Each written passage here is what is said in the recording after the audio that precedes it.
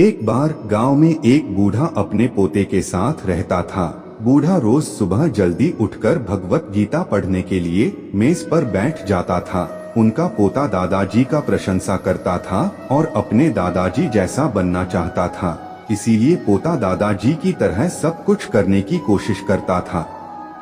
एक दिन पोता अपने दादाजी के पास गया और कहा, दादाजी, मैं आपकी तरह रोज मेज पर बैठकर भगवत गीता पढ़ता हूँ, लेकिन मैं इसे ज्यादातर समझ नहीं पाता हूँ और जो कुछ भी मैं समझ पाता हूँ किताबें बंद करने के साथ साथ में उसे भूल जाता हूँ। अगर मैं जो पढ़ता हूँ उसे भूल जाता हूँ तो भगवत गीता पढ़ने से मुझे क्या लाभ होता है।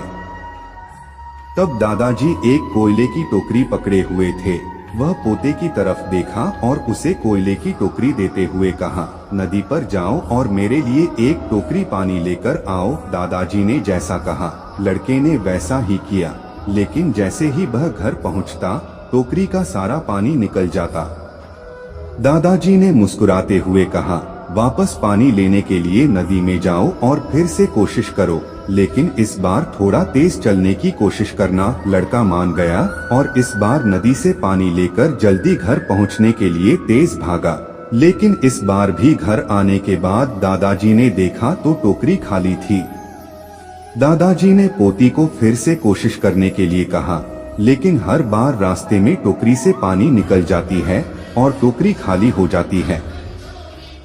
लड़का थक गया और अपने दादाजी को कहा, दूर नदी से टोकरी में पानी लाना असंभव है, मैं आपके लिए पानी से भरी बाल्टी ले सकता हूँ। दादाजी ने उत्तर दिया, मुझे पानी की बाल्टी नहीं चाहिए, मैं चाहता हूँ तुम उस कोयले की टोकरी में से ही पानी हमारे लिए नदी से पानी लेकर आओ और कोशिश करो। लड़का जानता था कि यह असंभव है, लेकिन उसने अपने दादाजी के बात मानी और फिर से कोशिश की। इस बार लड़का जितनी जल्दी हो सके दौड़ा, लेकिन फिर से टोकरी खाली थी। लड़का थक गया और उसने अपने दादाजी को कहा, हो दादाजी, इस टोकरी से नदी में से पानी लाना हमारे लिए असंभव है।